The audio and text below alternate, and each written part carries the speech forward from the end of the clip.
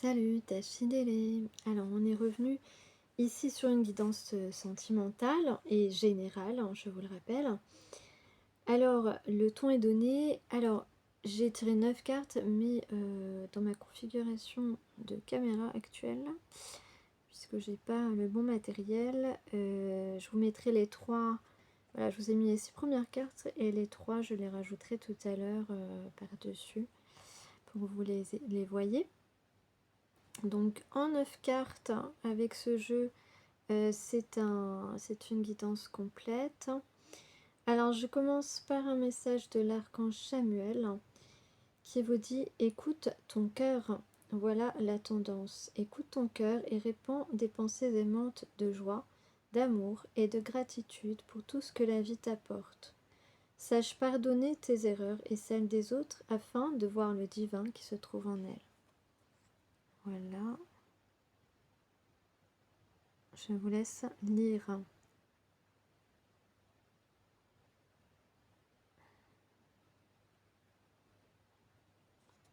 Voilà, donc c'est la notion pour cette guidance. Alors, est-ce que je vous dis... Tiens, je vais le ranger direct. On a une personne indépendante qui voudrait que tu lui pardonnes. Que tu lui pardonnes de s'être centré sur lui-même et de t'avoir laissé à part, de t'avoir laissé tout ce temps sans lui. Cette personne a un besoin de se reconnecter à toi parce qu'il sent que ça peut être un grand bonheur d'être ensemble, que les soucis, qu'il n'y a pas de problème avec les soucis, il n'y a aucun problème. Ça me fait penser à la chanson d'Edith Piaf. Peu importe les problèmes, tu vois, c'est ça. Puisque je suis ta moitié, nous devons guérir nos traumatismes ensemble. Je sais que j'ai été indécis, mais je pense énormément à toi et je sais que tu as arrêté. Et mon enfant intérieur a vraiment envie de commencer cette relation. J'ai des souvenirs de nos vies antérieures où tout était fluide entre nous.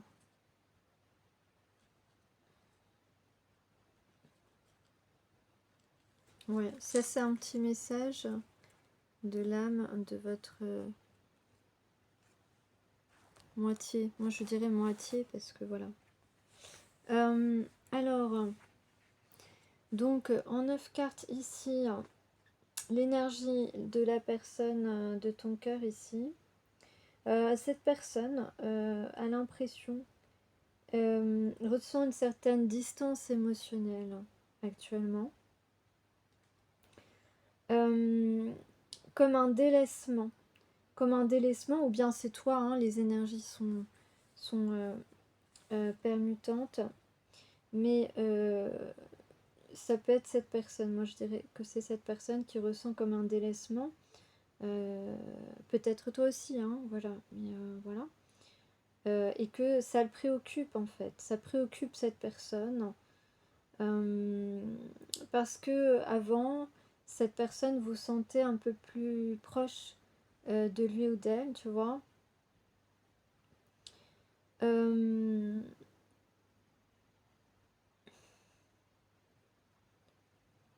Ouais. Donc il y a de la distance émotionnelle entre vous. Parce que peut-être que toi, tu as arrêté, justement, comme je venais de dire là, d'après le message d'Amam, peut-être que tu as arrêté d'envoyer de l'amour à cette personne, des pensées ou des messages aussi peut-être.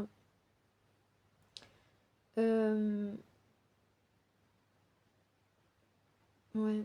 Parce qu'en fait, oui, je pense que c'est cette personne parce que toi, tu as entretenu pendant longtemps ce, ce lien émotionnel, hein. Ouais.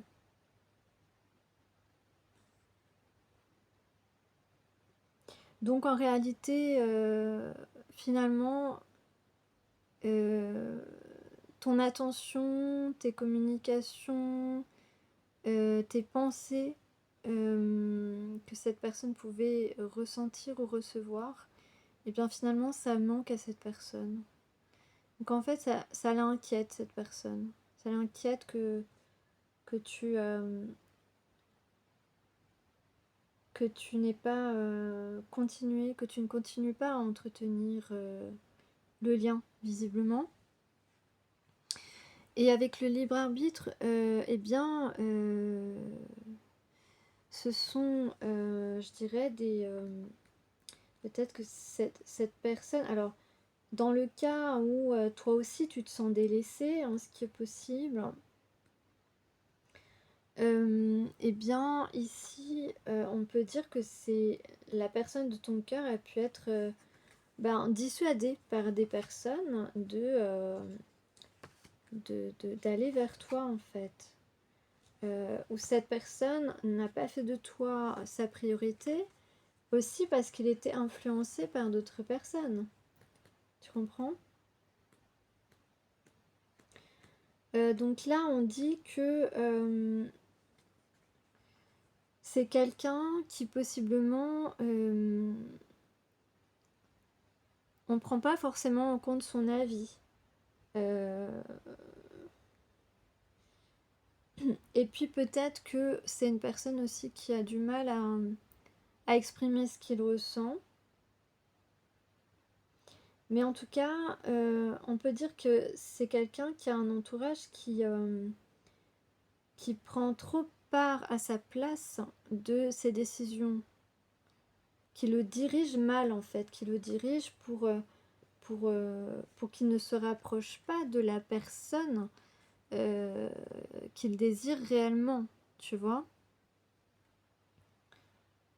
Donc ça, c'est l'énergie actuelle. Voilà, on peut parler de certaines personnes autour de cette personne qui peuvent être jalouses et ont tenté de dissuader cette personne et même en colportant peut-être des rumeurs sur toi pour que cette personne ne se rapproche pas de la partenaire qui pouvait réveiller ses véritables émotions profondes. Ok.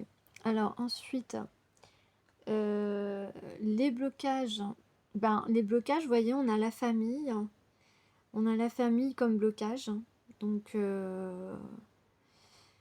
donc ça peut être des personnes autour de cette personne. D'accord.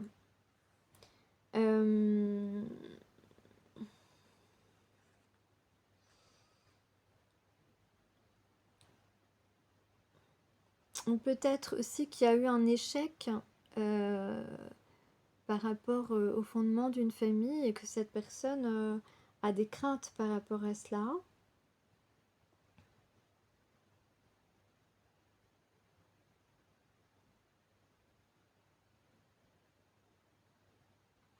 Et puis, on a aussi en blocage l'amour. Eh bien oui, peut-être que cette personne a eu peur parce que... ou a peur parce qu'il y a une connexion très forte entre lui et toi. Cette personne a peur de ses propres sentiments. C'est possible aussi. Ou bien ces échecs sentimentaux auparavant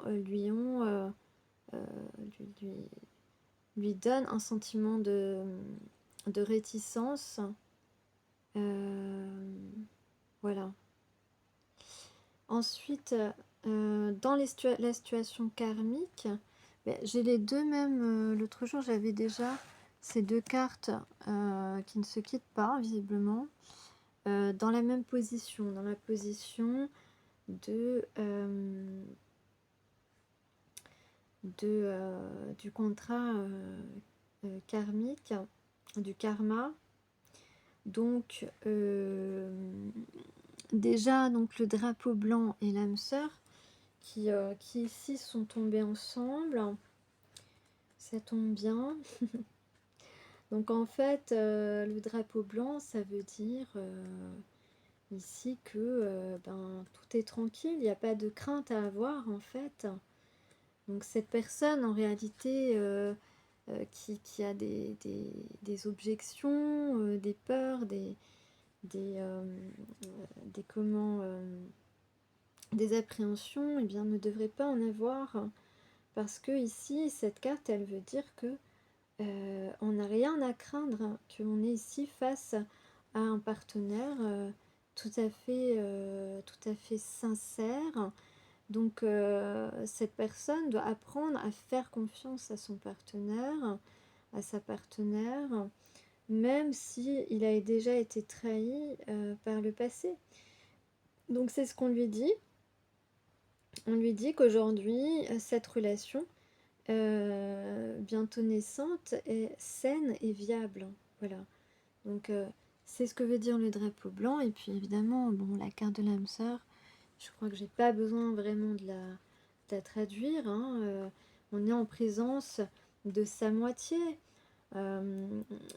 Voilà, c'est un amour qui peut vivre, qui est au beau fixe. Euh, euh, et donc, par contre, voilà, ce qu'on dit, c'est que c'est... ah non, je me suis trompée de... Donc, on peut dire que, voilà, cette carte de l'âme sœur ici, dans cette position, dans la position du karma, indique que tous les échecs karmiques passés ont été épongés, effacés, supprimés, qu'il n'y a ici pas de crainte encore une fois à avoir. La relation ici est une relation qui permet à chacun d'évoluer dans sa vie et non pas, contrairement justement, si on pouvait dire, contrairement à une relation toxique qui au contraire nous freine notre évolution, saccage, ça peut saboter notre vie, etc., etc. Donc ici, c'est tout à fait l'inverse. Et cette relation nous permet d'évoluer. C'est ce qui est prévu. Donc voilà. Après, qu'est-ce qu'on avait comme carte donc de ce qu'il y a à apprendre, de ce qu'il y a à dépasser. Donc nous avions la peur. Remarquez que ce sont deux cartes violettes pour les blocages. Et la réponse, la dernière carte, la réponse, le dénouement, eh bien j'ai eu la sincérité. Parfait. Parfait. Donc les conseils. Donc les conseils, c'est dépasser sa peur pour certains. Alors, je dirais plutôt que les peurs sont chez ton partenaire, ou ton futur partenaire. Et l'autre carte, le contrat d'âme, la blessure de trahison. Alors, ça peut être aussi une blessure qu'a ton partenaire, ton futur partenaire. Ça peut être aussi une blessure, une de tes blessures. Peut-être qu'ici on parle de tu te sens trahi par cette personne, non, tu t'es senti trahi par cette personne parce que ça fait un moment que cette personne te délaisse, te met à part. Voilà, et puis, mais ça peut parler aussi de cette personne qui aurait été, qui aurait subi des infidélités, par exemple, dans d'autres relations passées. Hein. Donc ça, en fait, tout cela, on le dépasse. Donc ici, avec la peur, déjà la carte de la peur, On dit que cette personne doit faire preuve de courage et dépasser l'anxiété provoquée par les et si jamais ceci, et si elle n'accepte pas, et si elle me rejette, et si ceci, et si cela, voilà, on doit absolument dépasser ça, se débarrasser de ces pensées négatives et illusoires.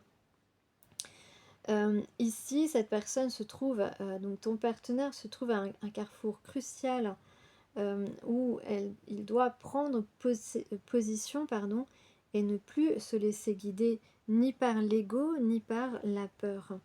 Donc, on arrête ici de s'inventer tout un monde, ce n'est pas bon pour avancer. Et donc, au niveau de la blessure de trahison, comme je vous ai dit, peut-être que cette personne a connu des infidélités.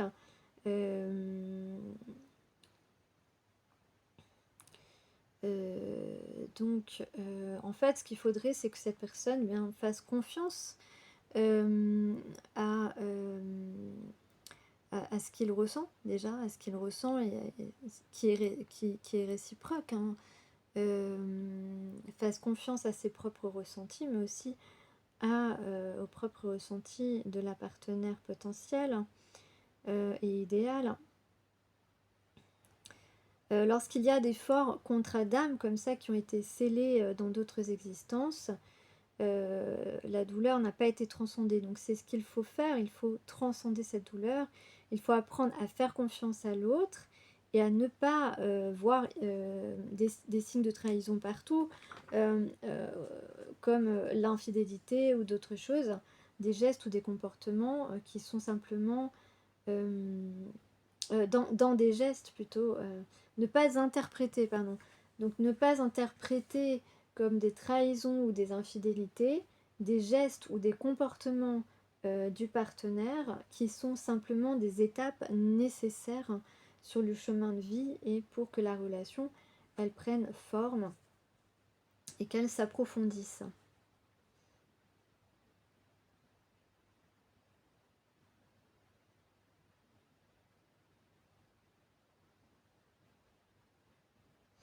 Donc voilà. Donc voilà, c'est les conseils à appréhender, hein, les actions à appréhender. Avoir le courage de dépasser ses peurs, de se faire toute une montagne, tout un film en se disant ah mais si, ceci, si, cela. Non, en fait, oublie tes si, d'accord.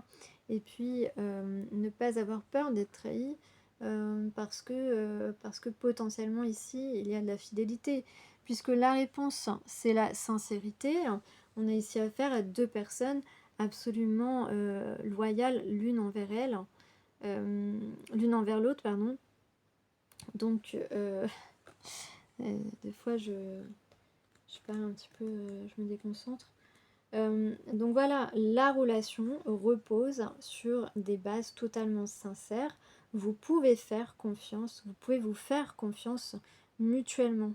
Donc, toutes les peurs peuvent s'envoler comme ça, en un clin d'œil, en un claquement de doigts plutôt, et toutes les craintes de trahison également peuvent s'envoler parce que dans cette histoire ici, il y a un véritable engagement sincère l'un envers l'autre. Donc je vais revenir 2 secondes sur l'éloignement, le libre arbitre. Oui, donc ça peut être effectivement toi qui te sens délaissé, ou les deux, moi je dirais les deux. Par contre, je pense pas que toi tu es des gens qui t'aient... Si, peut-être que si tu as eu des gens qui ont essayé de te dissuader ou de t'écarter de ce que tu ressens pour cette personne, parce que mais moindre par rapport à ton partenaire qui a eu beaucoup plus d'ennemis, entre guillemets, d'ennemis en défaveur de cette relation, de cet amour divin. Ouais, il en a eu plus. Mais toi, il est possible que tu aies des personnes autour de toi qui t'aient dit oh, mais laisse tomber, il te répond pas, c'est qu'il n'est pas intéressé, ou des choses comme ça, des choses assez basiques, mais qui peuvent effectivement te détourner, qui ont pu aussi te détourner, ou au moins, même si t'es pas facilement influençable, hein, t'es assez indépendante là-dessus. Donc la sincérité, on a bien la carte de l'âme sœur. Donc vraiment, les deux cartes qui représentent le karma sont très importantes ici, puisqu'on parle d'apaisement et de relations d'entière confiance et d'entière sincérité, quoi. Donc, voilà, de véritables sentiments. Donc voilà, c'est tout pour aujourd'hui. J'espère que cela vous a plu et à plus tard.